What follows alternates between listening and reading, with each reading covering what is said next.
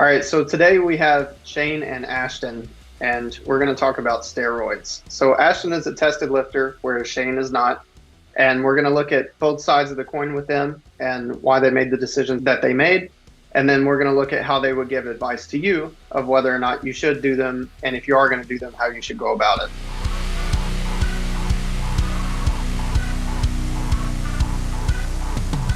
All right, so Ashton, have you ever considered doing steroids? Like, has there ever been a temptation? And then what are the specific reasons why you don't plan to do them? Personal experience, I've actually never considered using any steroids or really sort of performance enhancing drugs. I want to say a large part of the reason is just because I felt like everything that I wanted to achieve for myself personally was attainable naturally. So that is, of course, the route that I have been taking since I started all of this. And to address the other part of the question, was there ever a temptation? I can't really say that there's ever been a point where I was actually interested or open to the idea of using. It just never really crossed my mind or came across, I suppose. I mean, I've had this belief from the beginning that whatever I wanted to achieve, or do in the powerlifting world before I, move on into something else, I felt like I could attain naturally. So why use any of the substances and potentially risk health down the road? And that's another thing for me later on, as I've gotten further into my lifting career, that I've thought about is just the risks that can most likely be mitigated, through reasonable use, reasonable dosages, working with people who know what they're doing, routinely getting blood work, things like that. So there's probably a lot of ways to mitigate risk at this point, but at the same point in time, I'm still not, and I'm not well versed in this literature, so I don't really know. I would be also interested in seeing what sort of the longitudinal effects are of, drug use, steroid use, substance use, things of that nature. And since I don't really know what that looks like right now, that's another pretty strong deterrent for me as well. Yeah, that's pretty much my answer for that. What do you think, Shane? Yeah, I think definitely all like reasonable concerns to have.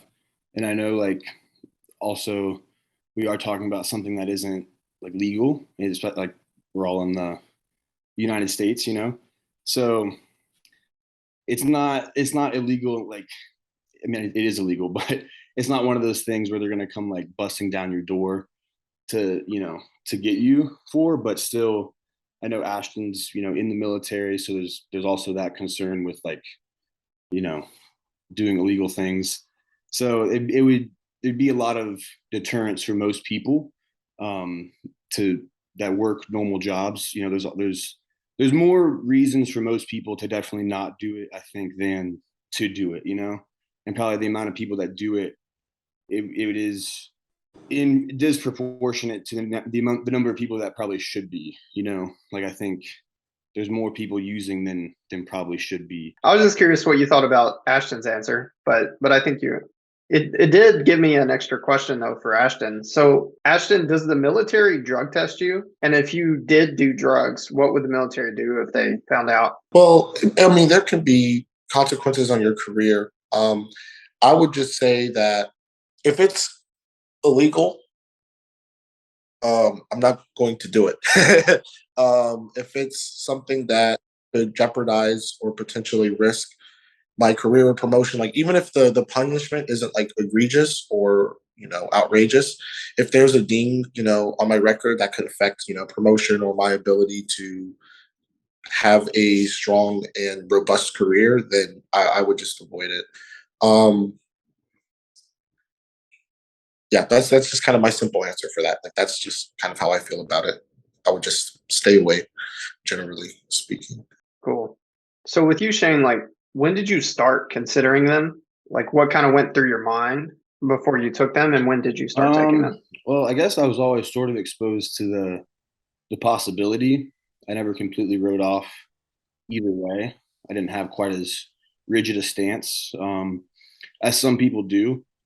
I definitely considered never using them, and there was probably a point in my life where I would have told you that I was never going to. But things change. I would say like when I decided to go like all in really with what I'm doing now, like just pursuing my own powerlifting goals, full-time coaching, everything like that, it made sense to me because in the sense like I'm not going to be drug tested at a meet. I'm not going to be drug tested by like an employer, anything like that, at least not for the time being. So I had the ability to, I was willing to take the risks health wise. So I feel like for me, I had the freedom to kind of do that, whereas most people probably don't have that freedom. And I know some of the questions later on will probably get deeper into this, but I've been lifting weights for at least a decade, before I started. So I started when I was 23 and a half, and I've been lifting since I was like 12 years old. So I had like almost 12 years, of like training, like specifically with weights. And I had some training before that, like other physical, things I did before that, but it wasn't like I started them very early on. So I feel like the fact that I did have a pretty, a pretty long training history, for me, it kind of made sense. Whereas a lot of people, I think, start really early, and that's what leads to very quick burnout. And I think that's another thing is just like the lifespan is, which is also like, I think heavily, like Ashton was saying, with like dosaging is probably heavily dependent on that. Like how much you use probably dictates how long you can actually be in the sport. Like if you use a lot, you probably are going to last much shorter. So I think there are ways to mitigate it, but once you do make that decision, you do a little bit, you have like a lifespan that like you can actually use the drugs and like get anything out of them. Like there's a lot of lifters from even just a few years ago that you never even really hear about. And I think that's probably the reason on the untested side. I think that's probably the reason for a lot of it, not all of it, but a lot of it. What numbers did you hit naturally before you got on? In the USAPL, like competition numbers, my best were 606, 375, and 749. Those were all in different meets. Those were, I think, every one of those lifts was in a different meet. I did pull 800 in the gym, but that was like on pound plates, deadlift bar. But yeah, normally I just say like 800, 800 on deadlift. That's interesting because I think a lot of people, they assume that a lot of the strength comes from the steroids, but they forget that the people who are crazy strong on steroids were still crazy strong before they got on steroids. And I think like 750 to 800, give or take, on a deadlift is, I mean, that's massive. There's a lot of people who could train their whole lifespan and never achieve a weight like that. And I don't think a lot of people take that into account when they consider what's possible once you get on them. Yeah, I think a big part of like why I had pretty good success is just because of like the size gain. So if you look at my deadlift, it didn't really improve. Like my squat and bench improved significantly more than say my deadlift, because my deadlift I already had really good leverages, and they honestly probably got worse as I got bigger. But my squat and bench, they exploded, but it was mostly, I think, just due to being able to actually get closer to my maximized leverages for those specific lifts. So I think just having a thicker waist, bigger legs, bigger arms, that was the biggest thing. I don't think it was mostly driven by just a gain in, body weight mass. You plan on taking them for? Like like how do you see your lifting career playing out? And then what are you going to do drug wise after that? So there's a lot of people, especially recently, who have like fully come off. Someone I know that's like fully and talks about it very openly is Pete Rubish.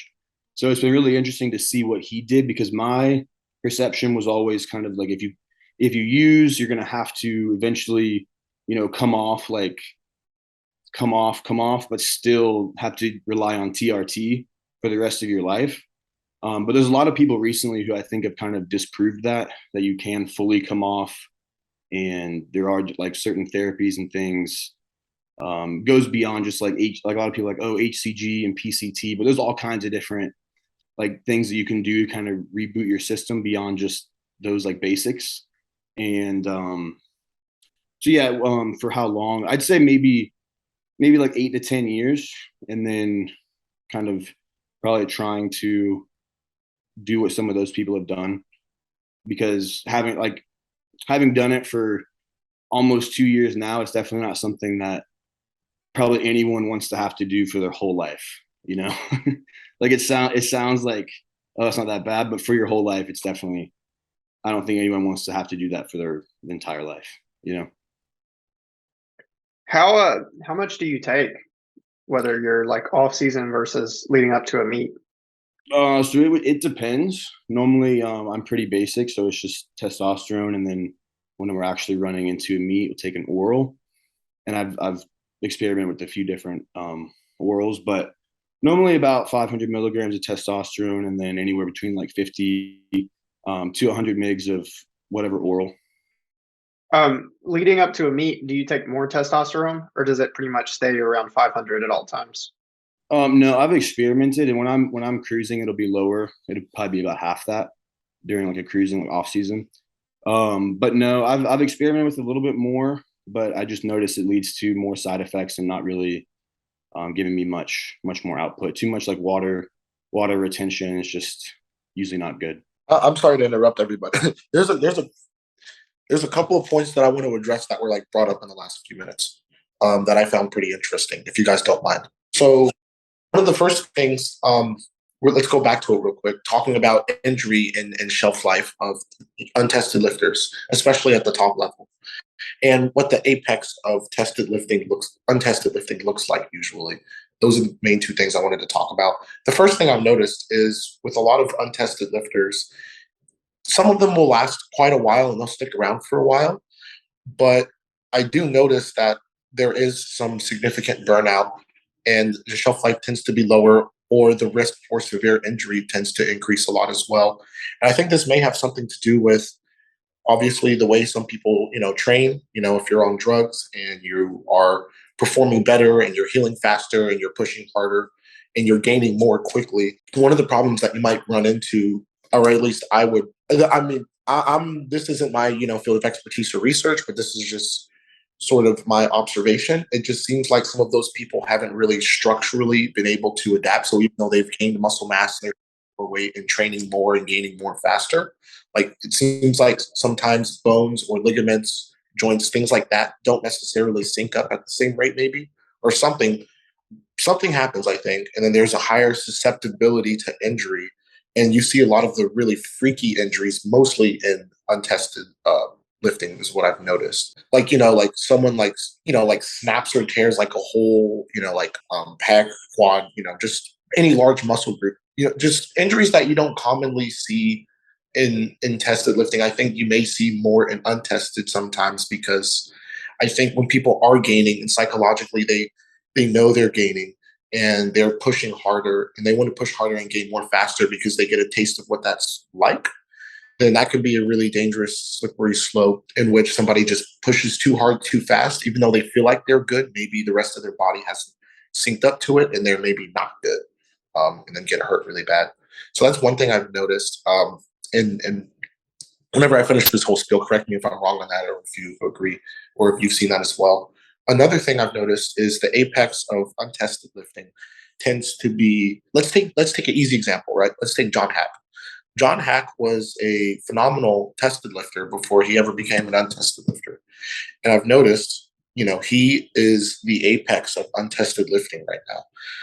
I watched him perform at I know John's a good guy. I watched him perform at the recent meet, the American Pro in Manassas, a weekend or two ago. Last weekend actually, and we can get into the nuance of body weight of weighing in at 90 kilos and then recomping for 24 hours. 24-hour weigh-ins is another thing, but we'll save that for later. For the sake of the argument, 90-kilo lifter competes in that weight class and then totals something like 2254 or something along those lines, something ridiculous, right? Something that beats like three weight classes up, and you watch this and he is right now like as I mentioned, he's the apex of untested lifting, but he was a phenomenal tested lifter beforehand. And he's trained, it seems like, pretty reasonably, pretty well for the most part, He seems like he listens to his body. And aside from some of the, minor, injuries or bumps in the road that he has incurred along the way, which I think a lot of top-level lifters are just going to get, regardless if they're tested or untested, he's performed, really well. And he probably trains better than a lot of untested lifters at that level. So it's just another observation that I've had. Very strong natural, or tested lifters that get into untested tend to naturally rise to the top, I think, at some point. I also wonder about people's response to drugs. I think of this like with Pete Rubish, for example. Looking at him now, looking at him when he was, at his peak or on drugs, there is a substantial difference, right? As I mentioned with John Hack or with yourself, Shane, or with some other dudes, like another guy I know, Dan Grigsby, he was a very strong guy before he ever, touched anything. And it's just like, I see that. And then I see like Rubish, and the difference is like just so dramatic, between his sort of peak when he was on it, whatever he was on, I don't know what that was, and like now. And I just wonder if some people, even if they appear to have, for the sake of the argument, average genetics, if some people respond better to drugs as well than others do. So that's another sort of thing that I've been thinking about lately.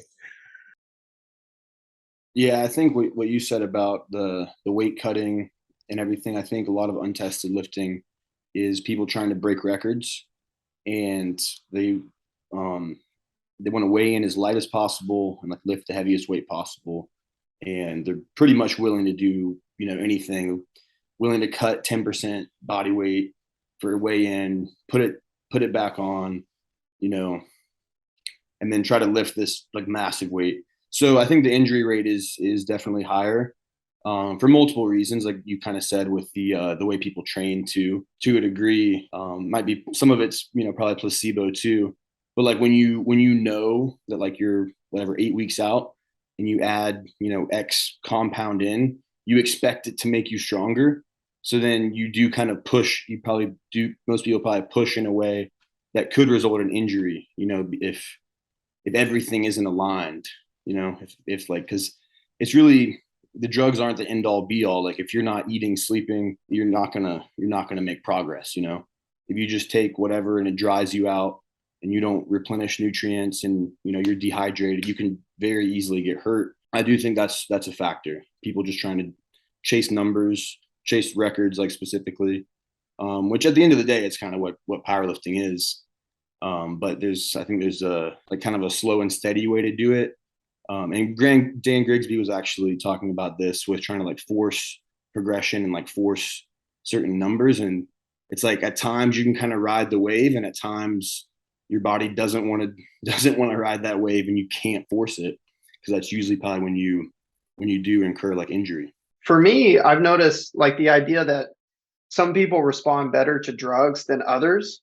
I've seen a couple of examples in my lifting career that were they were polar opposites. So, and this actually occurred in the same gym. So I was around a lot of guys who took drugs when I was in powerlifting.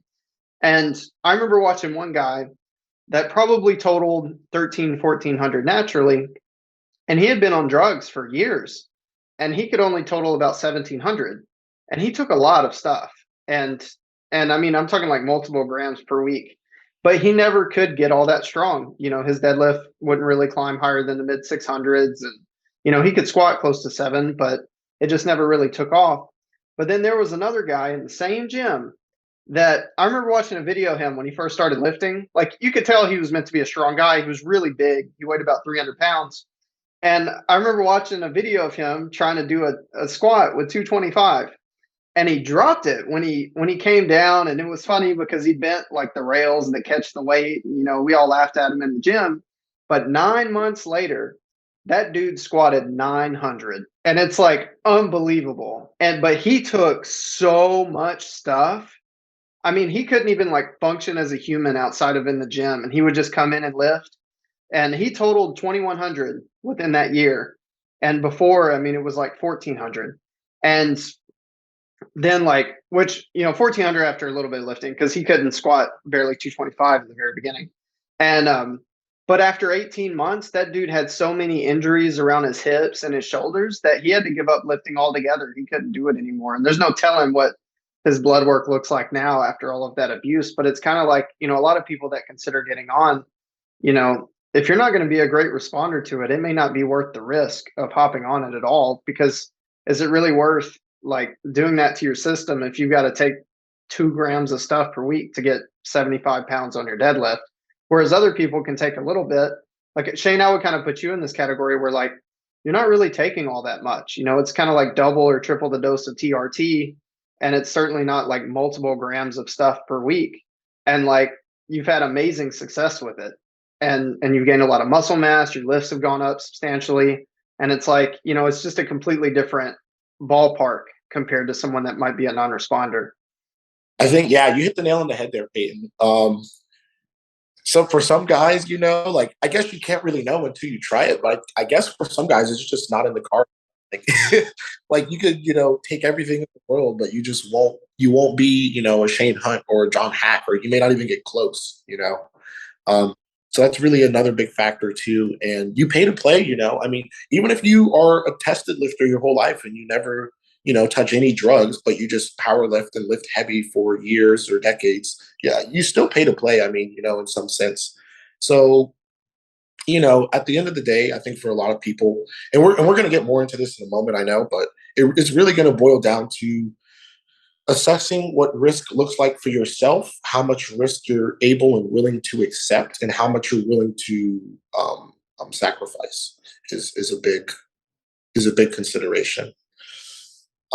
One other thing I just want to plug in real quick, and I don't want to become a victim to any cognitive bias when I say this, but I'm going to say it anyway because I've been noticing it. I've noticed in the bodybuilding world, right, that lately, and I don't know if this is just me, but I don't know if it's availability or if I'm like seeking this information in some weird confirmation way, but like I've seen a lot of bodybuilders dying, literally dying before like by their 50s or before their 50s, and a lot of times it's from something cardiac related. And again, I think bodybuilding is probably a different ball game than powerlifting when it comes to drugs and what they're taking and how much they're probably taking, and also the lifestyle factors that you have to consider. Like, for powerlifting, you're just optimizing, like Shane said, food, sleep, stuff like that, to lift the most weight possible. But for bodybuilding, I imagine there's a lot more things that are kind of a part of that equation that might increase their, risk overall. But just something else I wanted to bring up, something interesting I've also noticed lately. Yeah, I think that's been a big problem over the last few years, and it's not a problem that like with the dosages today. That's like probably a problem with the dosages, like 10 or 15 years ago. But I think it's worse today, and we'll see the results of that, in the next decade or so. I think it's just going to continue to happen like the way it's been. It's going to keep kind of rising because I don't think anything's gotten better. We're just seeing the results of like, looking to the past a little bit, not that long, but just a little bit. And that's the result of, what they were doing then. And I think some people are doing it a smarter way now, but I think a lot of people are just doing what they did then times two. So like, I don't know if you guys have seen that guy, Nick Walker, but he looks like so freaky and he just like keeps getting bigger. And it's just, I don't know, like the bodybuilding culture is just like put on as much muscle as possible, just as much size.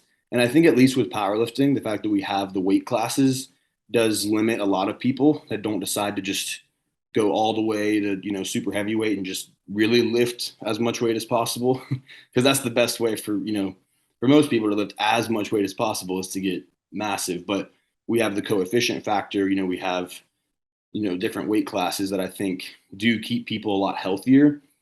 Like if you're a power lifter and you stay, around like probably like 200 pounds or below, I think it would severely reduce like all of your risks, like especially for cardiac related stuff. Just being a smaller person, being a big person, it does come with more, just strain on all the organs. So I think that's a problem with bodybuilding where everyone wants just to get as big as possible. Whereas a lot of power lifters are like, I've I'm pretty good at all the lifts. I'm close to, my best leverages for the best total. Kind of mixing all three, squat, bench, and deadlift. I'm at my best point, and they're just going to stay in that weight class. That's what they've, developed and like evolved, gone up some weight classes. But most people are going to find like a healthy balance where they are in like a pretty, probably a little bit bigger than like, what most doctors would consider a healthy size, but they have more muscle. And I think that's probably the best place for most people to live for like longevity, is not pushing your weight up and up and up. Yeah, I think a lot of people like muscle is healthy. And if you're natural, you can pretty much gain as much muscle as you ever want to, and it's not going to infringe on your health.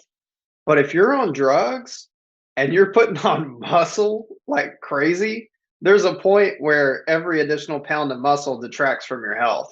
And because like you can't look at someone who's 300 pounds shredded and be like, all of that muscle has improved their health. Every single pound made their health better. It's like, no, that's not how that works.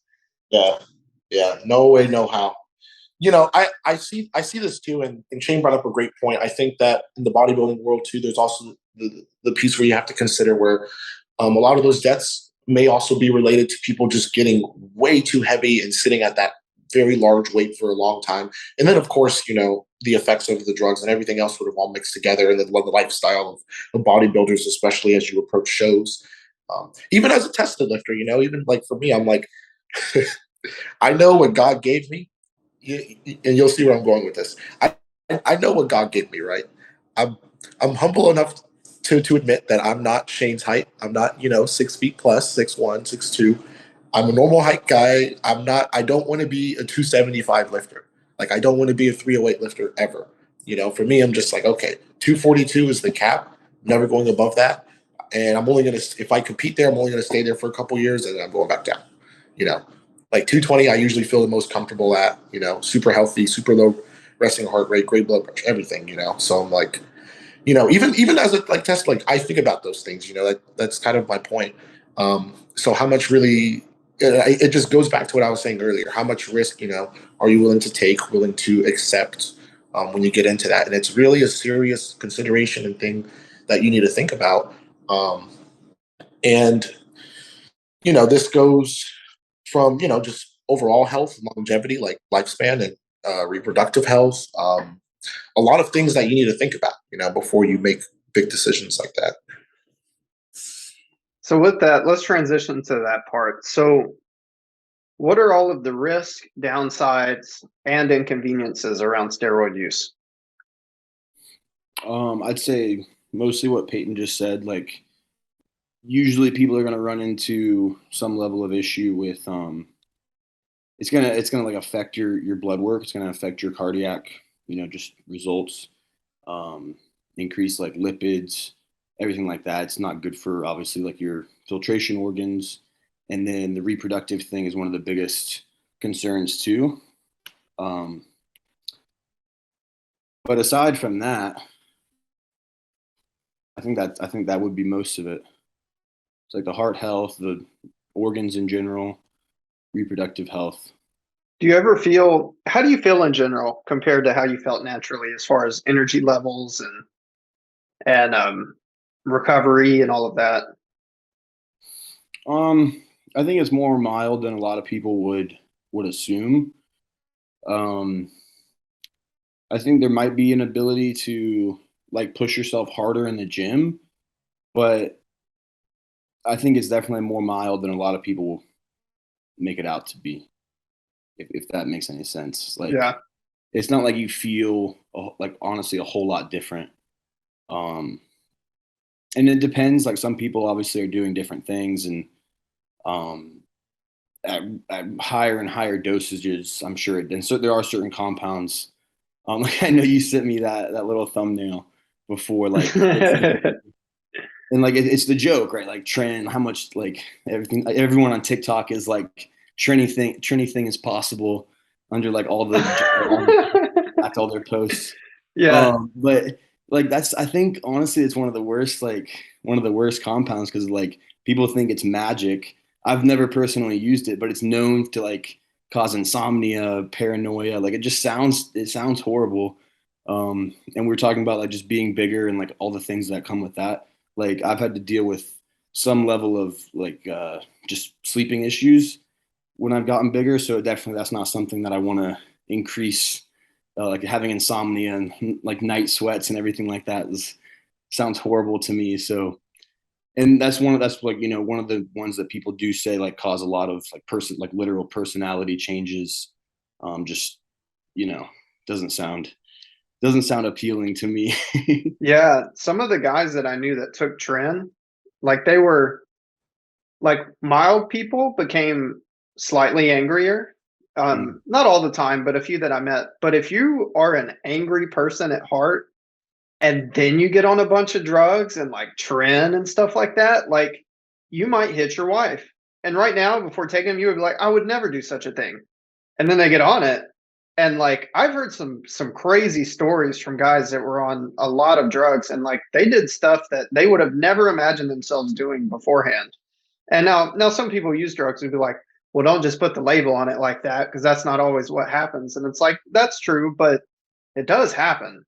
And if someone's hyper aggressive already and like you think about doing bad things to people, but you don't act on it because you have enough common sense, that might shift a little bit when you get on drugs. And I think a lot of people, especially aggressive people, need to keep that in mind because you don't want to ruin relationships. Yeah, yeah. And aside from common sense, I think it's also a matter of inhibition, right? You know, inhibiting like those sorts of behaviors. And I'm not sure again, like if there's any literature or research on this, but it does seem like, you know, in the case of people that take, you know, certain compounds or a lot of drugs, that the inhibition, you know, something happens there. I think like something is off. Yeah, and for me, it's definitely anecdotal too. Like I haven't looked through the literature of this, but I've seen it happen so many times that it's the same with like Ashton. Like I'm pretty sure there's something there. Yeah, I think definitely like there's a reason why, you know, they'd get a bad rap. Like the roid rage, like, you know, stereotype isn't completely wrong. But I think it's like you were kind of saying, it's something that's probably already there a little bit, and then it just releases a little bit of that inhibition. It exacerbates something that's probably already there. So I do think that people who already have those tendencies definitely should be careful. You know, they should definitely, most likely, probably avoid most drugs like altogether. You know, because that's a common thing with drugs in general is the loss of control, inhibition. You know. Yeah.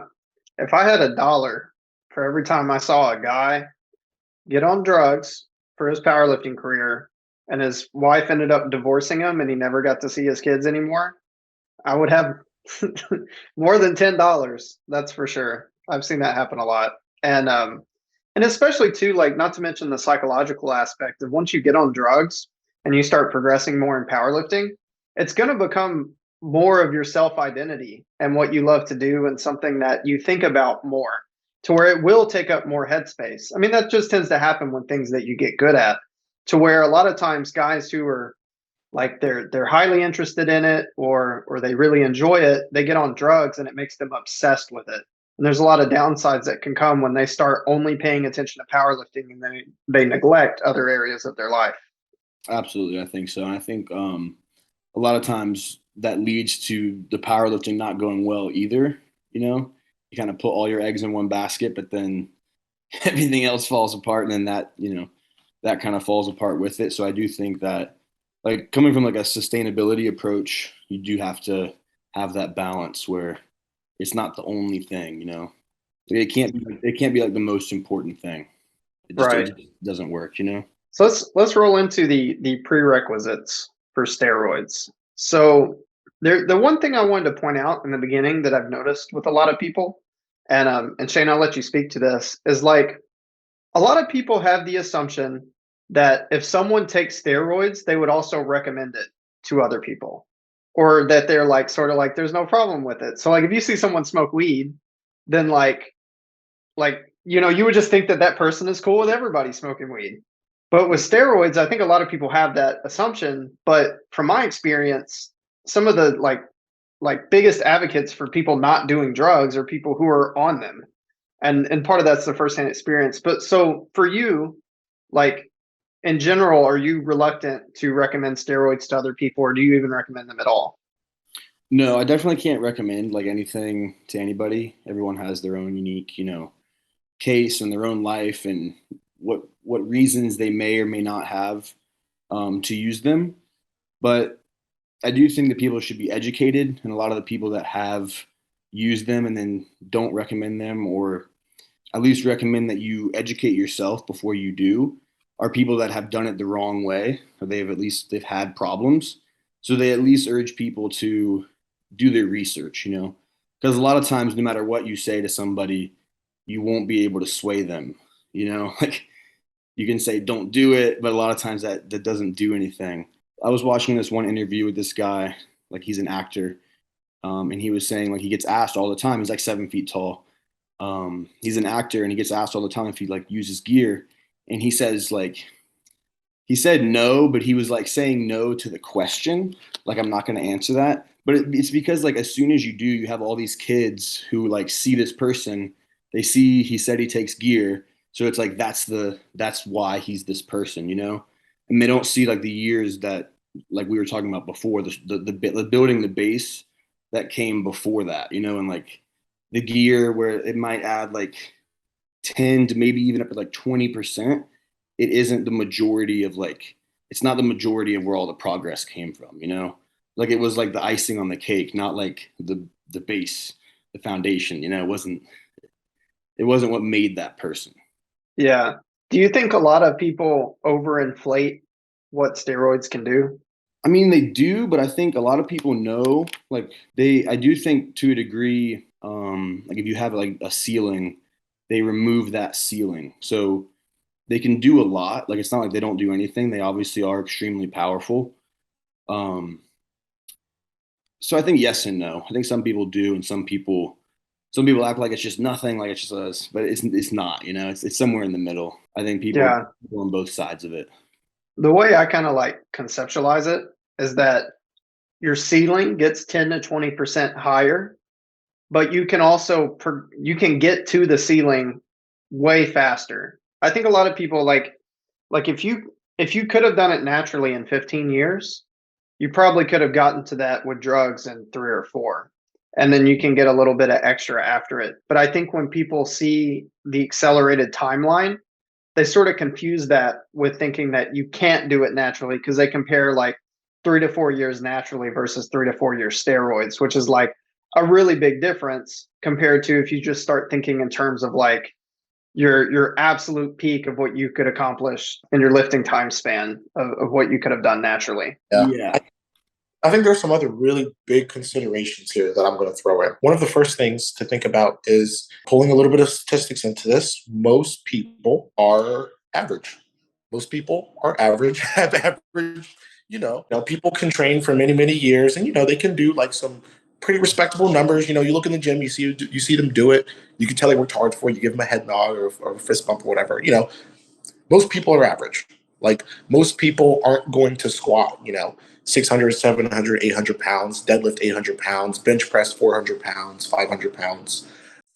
And I think that so many people fall in this category just by sheer numbers, that for them, it's also hard for them to fathom sometimes that it's hard for them to fathom what a genetic outlier looks like, or someone who's, 3 standard deviations, 4 standard deviations, 5 standard deviations, above what like the average or what normal is.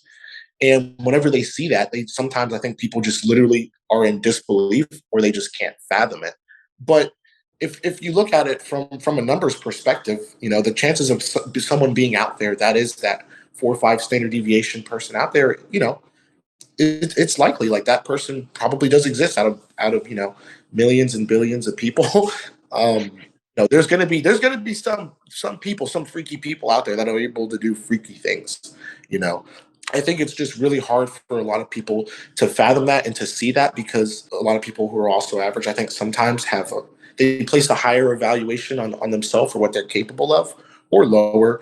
It seems like people aren't usually dead on or accurate until they've been doing this or training for a long period of time. Towards the very beginning, they're, 16 or 15. Oh, well, I lifted this when I was, 15 or 16. So I should be this when I'm 20, 25, 30, or how is this person doing, twice the weight that I'm doing?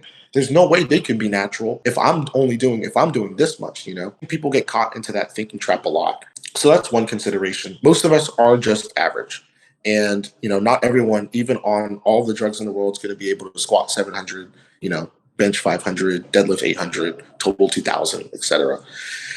The other consideration and thing that I wanted to bring up is I think it's also a cultural thing. So I'm going to sound kind of like a dude who's from the 20s. A lot of people expect and want instantaneous results. And when you started talking about how people, what people in 3 to 4 years could do on gear versus what people can generally achieve in 3 to 4 years naturally, and then they see the discrepancy in that progress, I think a lot of people just want faster results. I think a lot of people want faster results. They want it to come without having to work as hard or as long or both. And, when it doesn't happen, I think people get really frustrated, especially when they're training naturally. So they decide to just hop on really early because they think this is the quickest way for me to become, a Shane Hunt or, an Ashton. Because a lot of people, there are plenty of people out there that think that I'm, not natural, and it is what it is.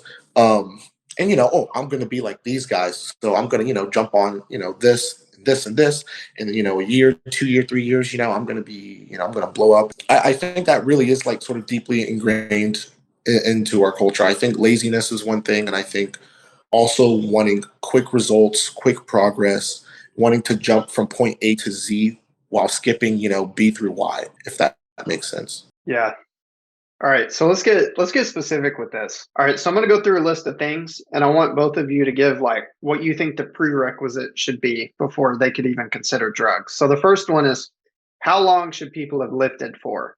I would say you should have lifted, like it would depend on the intent, because I think a lot of people, especially when they first get into lifting, they're figuring it out, they spin their wheels for a while, and I don't think that should really be counted. So I think you should have at least 5 years.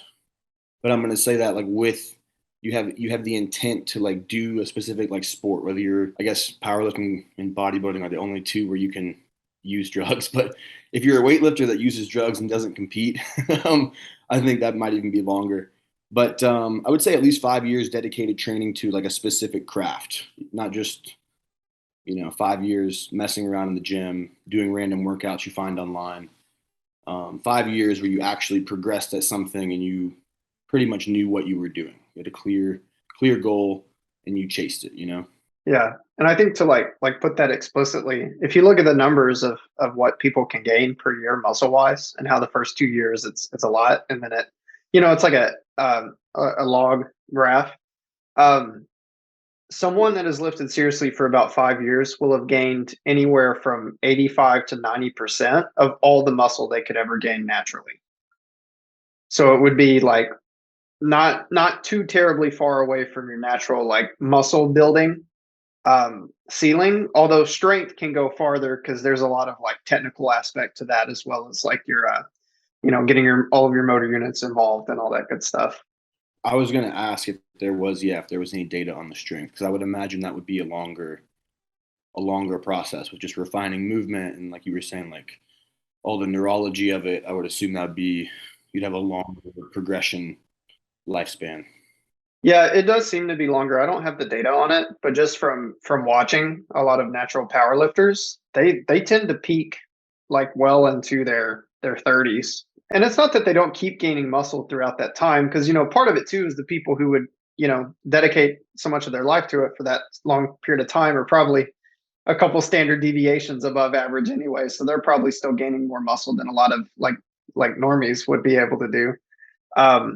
And you still gain muscle throughout those periods, but it's not as much compared to like what you did within your first 5 years. But yeah, with the strength, you basically have like your technical skill with the lift, and then you've got like two aspects around your muscles.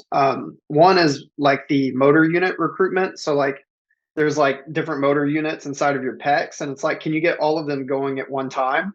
And then with each motor unit, it's like, how well does your brain communicate with that motor unit? It's kind of like rate coding. So it's kind of like getting the 100% potential from it. So it's like getting all the units involved, and all of the units are max capacity, and that can take a long time. And then things like peaking and powerlifting is where you're basically like training specifically for that instead of something like hypertrophy. Yeah, I would say as far as the number of years, this is just opinion. Um, I would say in agreeing with Shane's line of thinking, I would say anywhere between 5 to like 7 or 8 years of like serious, like dedicated training. So probably anywhere between 6.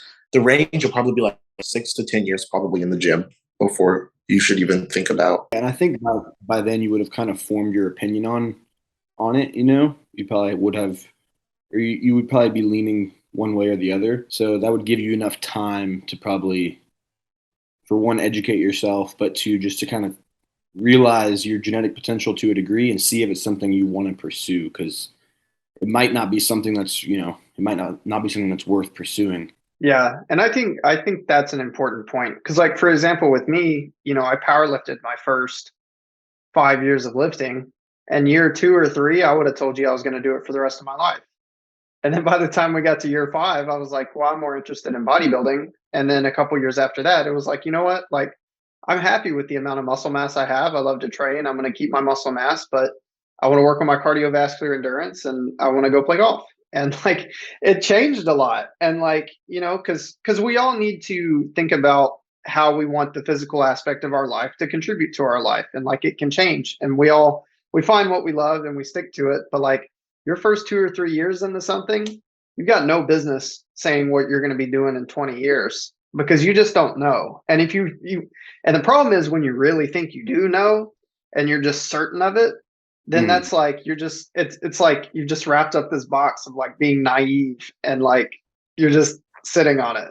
And I idea, yeah. Yeah. And so that was the thing for me. You know, I was lucky I had a nutritionist that was like, basically, he was like, dude, you're a minor. If you do drugs, I'm not going to work with you anymore. And I was like, oh no, I don't want to lose you. Like, I valued him more than I valued the drugs. So I stayed off of them. And by the time I got to the point where like, you know, when I was like 18 or 19, I was like, all right, I'm about to start taking them. And I was just like surrounded by people who had been coaches for a long time, and they were able to talk me out of it and show me that it wasn't really worth it. And I'm grateful that they did that, because if I would have done them in like late high school or early college, I know right now I would absolutely regret that decision. And I would have felt so stupid that I was so certain that that's what I wanted to do. That's one thing that goes back to your previous question that I was going to add in with the 5-year thing. I don't think teenagers, Yeah. if you're 19, I think as you were just saying, with how much like transition there is, especially at that young of an age, I definitely don't think you should be doing it if you're, you know, under 20. I mean, 20, I think 20 is still early. I'm not saying like when you're 20 you can take gear, but I'm just saying like I don't think teenagers have any business, because of how transitory life is at that time. You're figuring a lot of things out. You don't want to get married to one, you know, one thing that definitely might not pan out, you know. Not that you shouldn't be like very goal driven, but I think that that's not something you should be playing with, especially at that young of an age. Not a good idea. Yeah. Yeah. So kind of like a minimum age of at least. My thing is, if you are like 17, 16, 18, 19, you're gonna fucking wake up strong. Like, why even, you know, why go there? I was, you know, 18, 17, 19. I woke up, I was strong. It didn't matter. Like, you know, there was no need, you know, for any of that. And I get that I'm, you know, different than average, but at the same point in time, you're going through a lot of, you know, pubertal processes. You're going through a lot of, you're still very, very much deeply in development, all over your body. And I mean, you know, including your brain. So, you know, at that point, it's probably just best also from even a health perspective to kind of stay away from that as a teenager. And I mean, because I don't even really know how the interaction of, you know, substances affects, you know, development of, you know, young men and like boys either. You know, I don't know if there's anything or data on that either, but I can imagine that some of those processes get thrown very much out of whack, you know, if they start hopping on all this stuff as like teenagers, you know. I'm trying to think, are there any untested powerlifters right now that are at the top of the sport that started taking stuff when they were teens? I'm pretty sure there are. I know Larry Williams comes to mind, but I'm trying to think if there's anyone else. What about House? Oh yeah, I'm not sure when exactly he started, but yeah, he definitely probably when he was like 18, 19. I don't know that for certain. Someone has to verify that, but I would say probably around that age. And he's our age now. I believe he's actually a little bit younger than me. But yeah, I think people generally are more successful when they build a base and they wait. I think John Hack's a great example. You know, Yeah. doesn't use crazy doses, like, is on top of what he's doing. Yeah, I think for people who want to consider really being serious about powerlifting, they should look at Hack as like the gold standard of the path if they're going to go the untested route. Because he had he had movement mastery. He'd been lifting for a long time. He was adequate age, and then like you said, he's not being silly about it with like the dosages, and it's just a very smooth progression with how he did it. Yeah, and like he's already. I mean, I'm not exactly sure when he started competing, but he's been competing consistently for a long time. Like he already has good longevity, and he doesn't seem like he's gonna stop anytime soon. Like he doesn't have any major injuries, so it seems like he'll keep going from where he is now. Like he's done it in a fairly, even though he is so strong, it doesn't even make sense. He's done it in a sustainable way.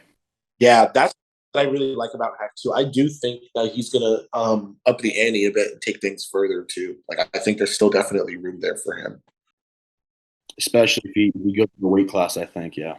Yeah, for sure. What do you think people should know or have done with their nutrition before they would consider steroids? Well, yeah, I think you should know how to manipulate your body weight. You should know kind of. I think everyone has like an individual sort of diet that their body they digest well. They enjoy to a degree that they're actually going to follow it. I think you should know how to comfortably go up and down in body weight based off of training needs, everything like that. But yeah, I think that's one thing that people neglect. I think the drugs will kind of just take care of everything. They neglect their sleep. They neglect their mineral and vitamin intake, hydration. I think all those things are massively important, whether you take anything or not. And I think a lot of people who do start to take things use it somewhat as a band-aid to just cover up bad habits.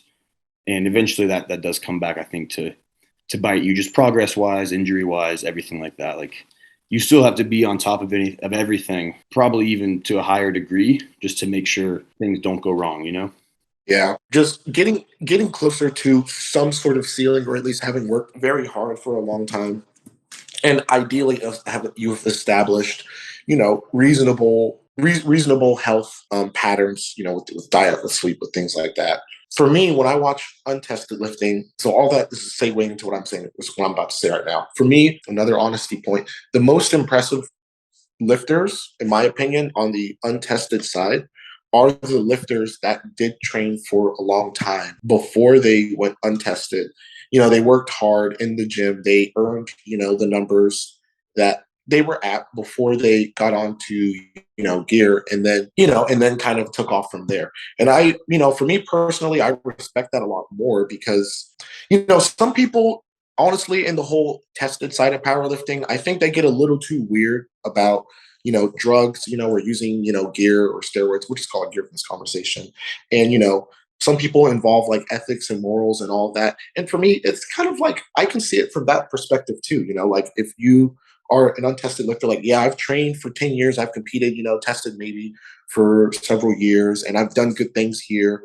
But now I want to take things to the next level and see where this goes. Like I can totally see and understand that perspective too. And again, while it's not a decision I would make for myself personally, I can totally see and respect people making that decision as well, because it's almost like a different mindset. For me, it's like when I see people who were really not that strong naturally, or they pushed up and they didn't look very strong naturally, or they just weren't, and then they get on the gear, and then they're like a higher tier untested lifter. With those people, and again, this is just me being honest, it's like not a personal jab or anything like that, so don't take it personal, but like I'm just a lot less impressed with people like that, because I'm like, how strong are you really? But when I see people like, who have put up, respectable numbers, and then go to that side like Hack, like Shane, like some others that are doing really well and killing it in the untested game right now. They worked their asses off before they even thought about or considered that. So this is just another thing. Yeah, I think a lot of people who are beginners in powerlifting, they look mainly at just the total, and that's how they measure like the value of a lifter. But when guys have done it for like you guys for a long, long time, you start to appreciate the effort that went into the journey with different people too, and like what it was like their whole path. Because you guys are meeting people who've been lifting for like 15 to 20 years and they're now at their peak versus guys who just started lifting 2 or 3 years ago. They got on drugs and they were phenoms, and like the wisdom and just character of that person is just way different. Not that their character is worse if they just got on drugs and it's been 3 years, but it's less likely to get y'all's admiration compared to the guys who have been here for a long time. Yeah, I can agree with that. That's kind of what I was getting at. Yeah. So with like, do you think someone should be competing in a sport and have the potential to be at the highest level before they consider steroids? Or do you think someone that just wants to have some extra muscle mass or be the strongest bro in the gym should take them? Well, I think the thing with it is there's very minimal number of sports where there is an most sports do drug test. So that's the issue with it for a lot of people. Like I get people all the time that comment that just watch like other sports, I guess, and that like they're just more general, people that'll comment on like TikTok and they'll be like, how can you compete? Because most sports like are not, there's no option. So Yeah. a lot of people, like once you do go down that path, either you're trying to beat a drug test to still compete, or you're doing it completely recreationally and there's not going to be any like sanctioned competitions, because really powerlifting and bodybuilding are the two, and a lot of people even question, are those really even like, I mean, I think they are. It's like, it's a kind of a different thing, the untested and tested powerlifting, but it's still a sport. Bodybuilding is a little bit more of a gray area, I would say. But yeah, I think that's the problem with it too. There's no option for a lot of people. So like you were saying, like should they be the best? It's like if they're already the best and they're competing in a sport where they are drug tested, there's no way they're going to switch, because then there's no option. Like say in a different country or what have you, where they're a different scenario. So they probably would never do it because then they have no competitive opportunity. Yeah. What if they're just lifting in the gym? Do you think those guys should stay away from it? No, I mean I think that people have the right to do whatever they want to do. If they're like, ideally they're not doing things that are going to cause, like that are severely going to cause health issues with themselves. But really, as long as they aren't harming anyone else, I think everyone has the right to do what they please. So if you're a recreational lifter and you're crazy strong, I mean, and you never compete, I mean, a lot of That's people cool. probably tell you to compete, but if you never want to, that's on you. You don't have to. Yeah. I mean, I can agree with that too. I think that at the end of the day, like, while I wouldn't recommend for people to do that, I will say that, it is a personal choice and a personal decision. And, people have to have some, agency and responsibility, for the decisions they have to be willing to accept the. I just hope that people understand and know the consequences before they engage in those decisions. So let's say someone's watching this video and they're like, oh shit, like I started too soon. They've been lifting for like a year or two and they started taking it, and now they're like, what should I do now? What would you recommend to those people? Oh man, that would be tough. Um, it would definitely depend like on the level that they're at. But I think the biggest thing to urge them to do at that point would be to not abuse what they're already doing. So if you can get away with very minimal dosages and still make progress, but it'd be really tough at that point. Like I do think, not that not that you're completely like written off, but I think to a degree you shot yourself in the foot by just doing that so early. But it would all be case dependent. Some people might be fine. Some people honestly, like Larry was pretty much fine. I think he did train for like 2 or 3 years before he started. And he's obviously just like Ashton was saying, he's five standard deviations above the average. So he's going to respond well probably to training and to drugs. And I think he has had a few injuries, but he seems to be incredibly resilient where he just bounces back very quickly from a lot of those injuries. So it's all going to be, I think, case by case. Consider like going back to being natural for 6 or 7 years before getting back on again. Right. So people could always try going down that route. I'm definitely not a doctor. I'm like a little bit, I don't want to, speculate too much, but I would definitely try to work with someone who is a doctor, maybe work with like a fertility clinic and see if they can get you back. But I know the problem with that is a lot of times you'll never be where you were before. Say they get you back, but your testosterone levels are like 70-80% of what they were before. Then it's like you really kind of shot yourself in the foot, especially if you never go back on, because now you're like 70 to 80% of the hormone profile you used to have before you suppressed yourself and then had to turn it back on. So it's really tricky once you do that. But some people, they might be able to like maximize all the lifestyle factors, diet, sleep really good, take the right whatever ancillaries, and get themselves back to a testosterone level that matches what they had before, and then they might be okay. But that's a tricky process. That's a really tricky process that most people are definitely not going to be prepared to do on their own. So I know there's a lot of like hormone clinics and fertility clinics and things that help people with that, but that would be difficult. That what you just said makes me think of this. It must be like really tough for some people in those shoes. Like I've been. I mean, imagine you get onto that stuff and you're really young and you get off of it and then you're at 70 to 80% of, like the test and stuff like that you had previously. I mean, just imagine, like you are on gear and you feel like the man and you're moving weight and, you're jacked and all that.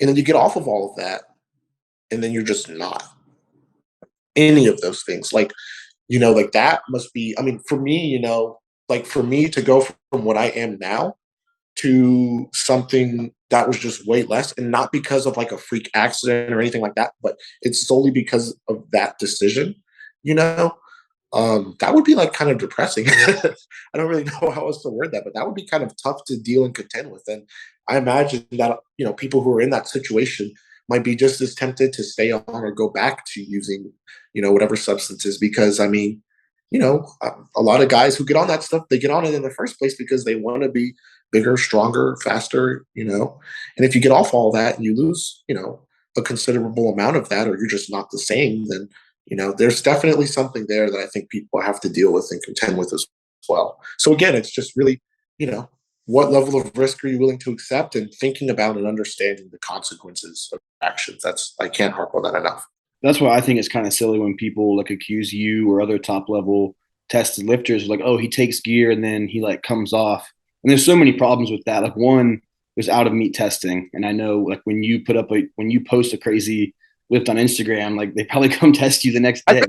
But two, beyond that, it's like it wouldn't even help you. Like if you were on something and somehow you didn't get out of meet tested, but you made it to the meet, but you had to be off of it for long enough for it to clear your system, it's like you would suppress your own like hormone levels, and it would most likely you wouldn't even be as strong, probably feel horrible. It's like it doesn't make any sense. Like I don't know. I think like it's actually there's probably a lot of people who do like agree with you and people who don't believe you, but I do think that there's a lot of people who like actually have done the little like they've ran through the scenarios, and it's like either there's some huge plot that everyone's helping you. It's like it doesn't make sense. Like there's no way like, you can tell it like in a way that like you can't sell it to me, at least in any way that you're like getting around the system. Like it doesn't make sense from any perspective, really.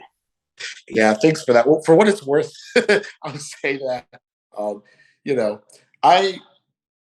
I love powerlifting. I've been doing it for many, many years, as you have, and you competed for 5 years, so you get it. Like I love powerlifting, man, and you make sacrifices to stay in it for a long time and to move heavyweight, but I would never go to such extraordinary lengths just to stay in, tested lifting. Like if that were truly the case, I would just compete untested.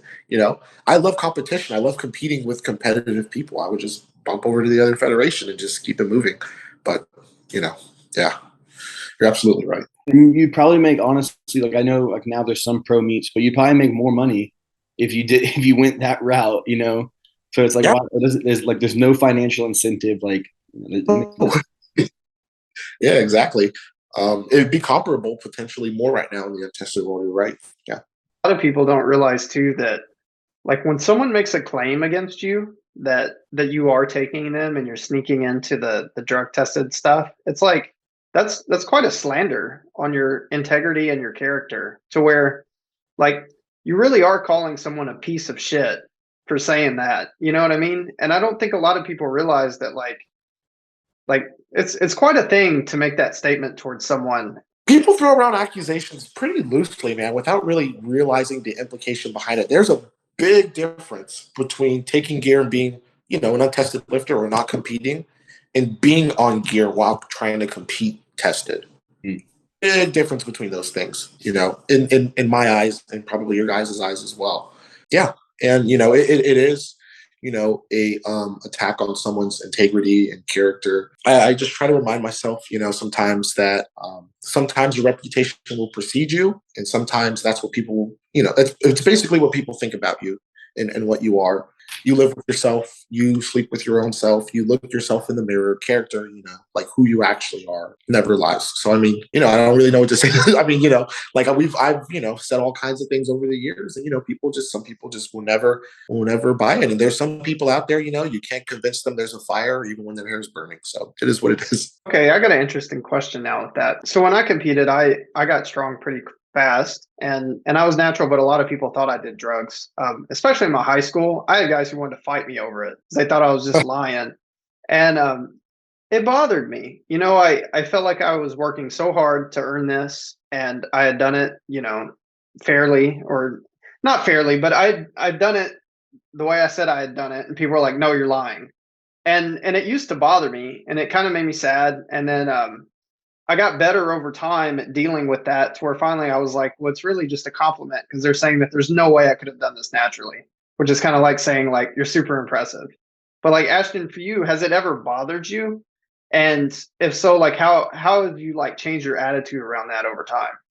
The craziest thing, man, I feel like it should have bothered me at some point, but for some reason, I don't know. I don't know if it's like generally speaking, just when I'm just around and out and about, like I'm a pretty stoic guy. Like there's not a lot of things that can just easily bother me or like deter me or just really throw me off. So, I mean, I've never really been bothered by those people, to be honest with you. I've had like conversations with people before, because they were curious and they didn't believe me, and then they ask, and then, give them an answer. And if they choose to believe what I'm saying, or if they choose to hold on to their beliefs, that's their decision. But, for me, like, no, I guess it really hasn't bothered me that much. I mean, I kind of view it in a similar way where you eventually came to, where it's like, it's kind of a compliment. Like in my mind, I'm like, wow, people like can't even fathom that, that I just exist. I mean, it's funny. But yeah, I mean, no, it's never really bothered me particularly too much. It's never really bothered me too much, I suppose. I mean, maybe when I was really, really young, like rather than it like bothering me to my core, maybe I would be more reactive, or I would say more. And it's fun to point out too, because I knew what you looked like when you were 15.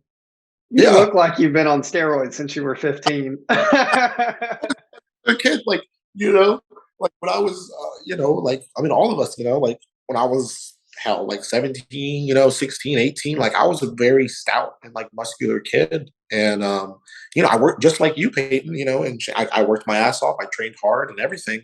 And I just happened to get further along than a lot of other people because of, well, one, I was willing to work harder than everyone else, and then genetics, and then all that other stuff kind of did its thing, and I popped out. I was the answer to that. No, honestly, it doesn't bother me too much, man. Like people will think what they think, and again, earlier as I mentioned, a lot of people are average, and that's I'm not saying that in a bad way, but I'm just saying like a lot of people, I think. No, they're like, I can never attain or reach that, no matter what I'm on. And that's their mentality. And so they're just like, there's no way that could just naturally occur, but it doesn't occur to them that there are, extreme outliers, that are out there. I mean, in terms of even just like muscle mass, like I've met a couple of people who I would say are, as far as I know, they're natural. And I think they're freakier than I am. Seen a couple over the years. I guess for me, from where I'm sitting at, in my perspective, I think it's easier for me to accept that because I know where I'm at and I know that I've done it over all these years, the way that I've done it. But I think for people who just like truly like have 100% conviction that they can never get to even where I'm at or close to it, and just cannot see it as naturally occurring, have a much more difficult time grappling with that concept. One other thing I will add into that really quickly is powerlifting has changed pretty dramatically in the last 10 years. 7 years ago, 6 years ago, 8 years ago, competition in raw tested powerlifting looked very, very different than it looks now. And the totals were dramatically lower. And I just think that there wasn't actually a true representation, genetic outliers or talent in the sport then that there are now. And it looks a lot different now because of that. There's also sort of the effect of someone breaks the first 4-minute mile and then several others after him do it. And then it just keeps getting better. So I think there's also that. And all of those things, I think, sort of come together to create sort of what we have now in tested powerlifting. I mean, we have some heavy hitters. Like, I'm not the only one. Bob Matthews, there's Brandon Petrie, guy in Texas. I know one of my good friends, Kevin Wynn. I mean, there's people out there that are doing some pretty, phenomenal things that, they're out there. Shane, for you, kind of like, well, one, I'm going to ask you the same question. If you had ever gotten that before you got on drugs, and like, how did you respond to it? And then I got another question for you after. So I was a personal trainer for like 3 years at a commercial gym. And I remember one time I was hanging out with with my manager. We were just like getting dinner or something with a few people. And he was like, yeah, like, he was like, all your clients like think you're like on gear or whatever. And I was kind of like taken aback because I guess like they never said that to me.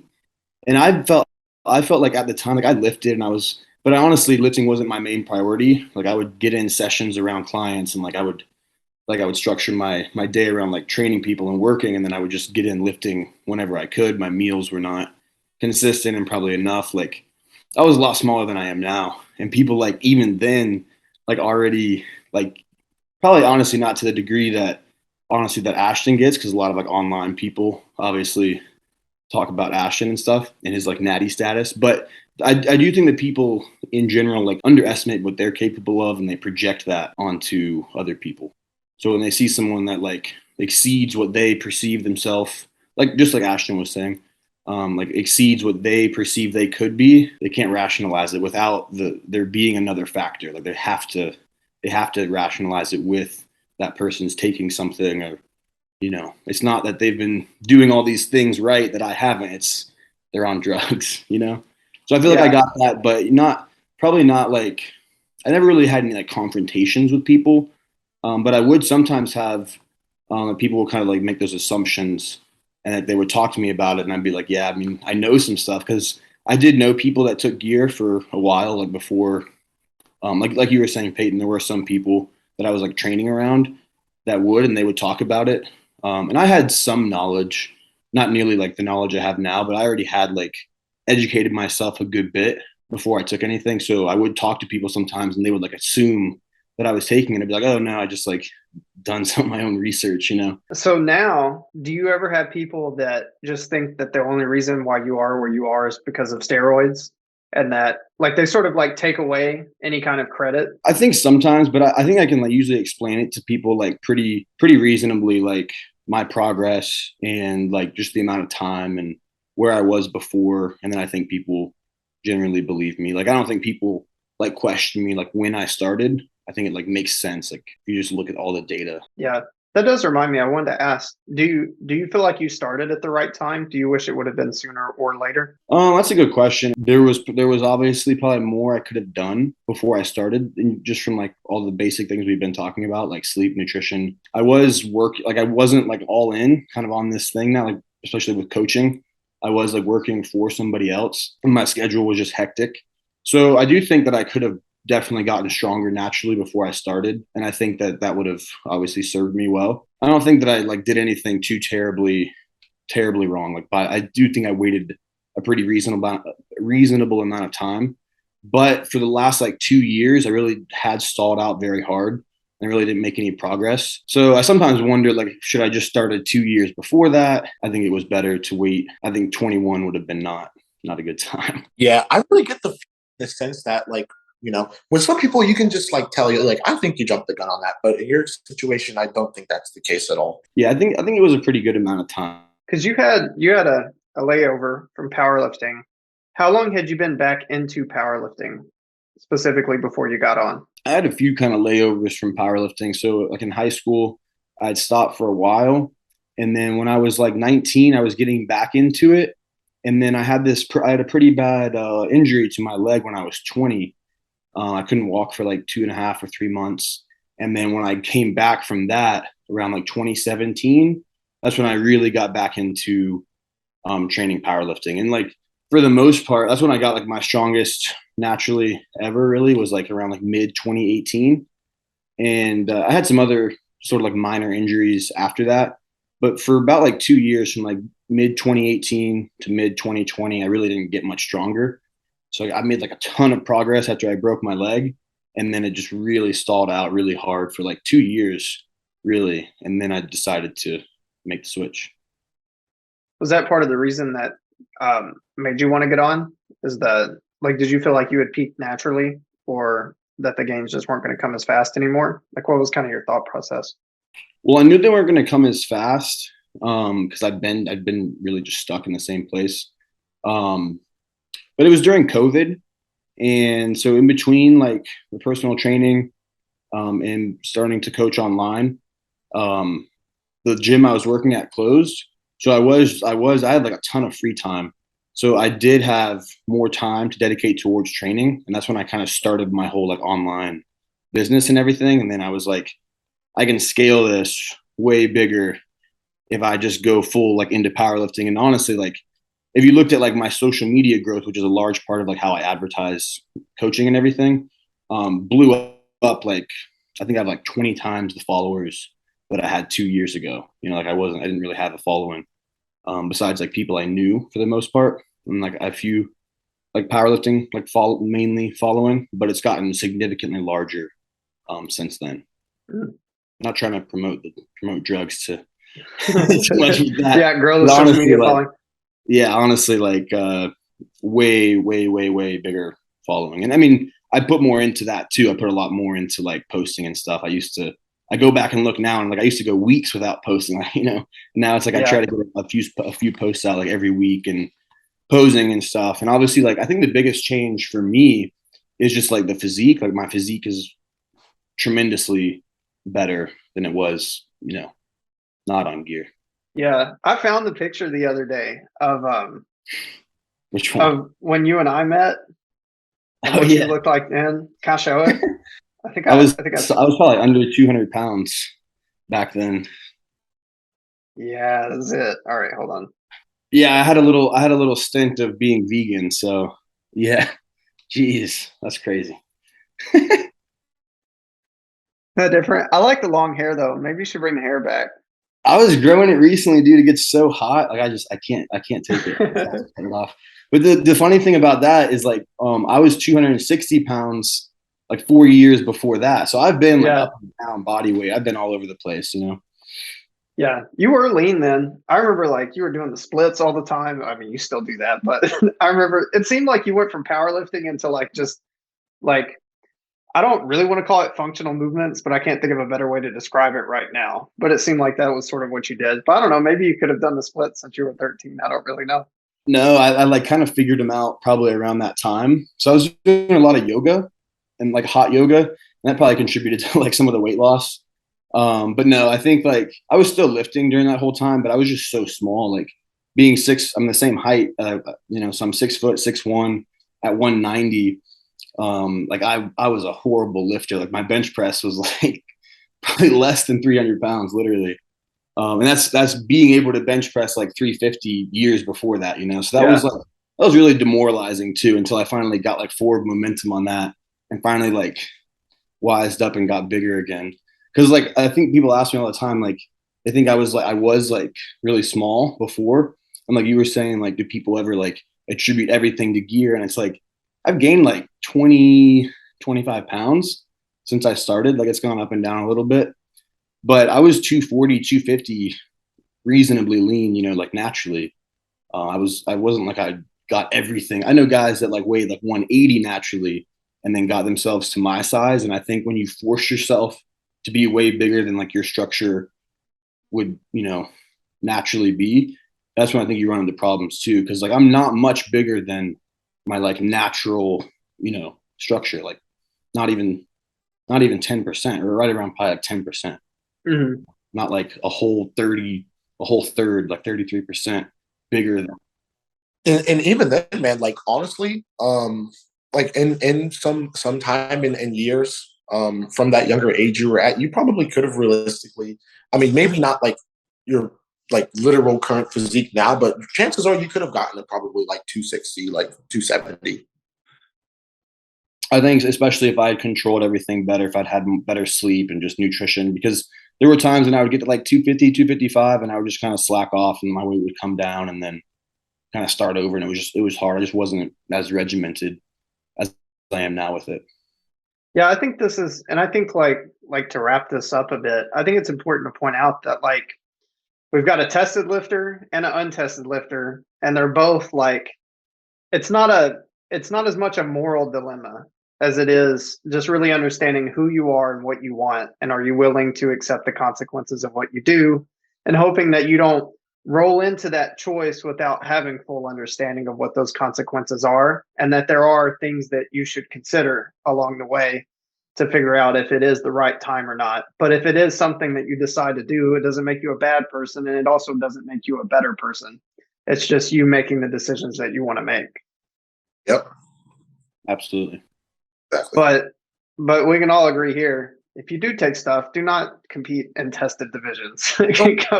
Go untested. And that's where it does become like a subject of like ethics, morality, everything like that. Is like when you are trying to like literally break the rules that are in place, like that's when obviously it's. Yeah, that's when it all kind of that's when the lines get blurred. I'm like, okay, like we're not even blurred. Like that's just when it's just blatantly wrong. It's like, yeah, just don't do that. Yeah. But outside of that, yeah, there's really exactly what you said, Peyton. Yeah. Cool. This was fun. I feel like we don't get an opportunity to like think through these things without it becoming like an accusation or something petty. So I think people value this of just like, I'm sure people watch this and be like, wow, I never really thought about such and such, or wow, that's a good point. And I think hopefully like if people watch this, they either one realize that maybe drugs aren't for them, or two, they feel more confident in what they're going to do if they're going to get on them, because they feel like they do check more boxes than they thought as far as like their consideration of it. Yeah, I would just urge people to really think about the consequences. Don't make any hasty decisions. Really weigh it out. Do as much research as you can. Like there are no shortage of like horror stories on the internet. So if you're like dead set on it, go read some of those. At least have a balanced, balance everything out, pros and cons.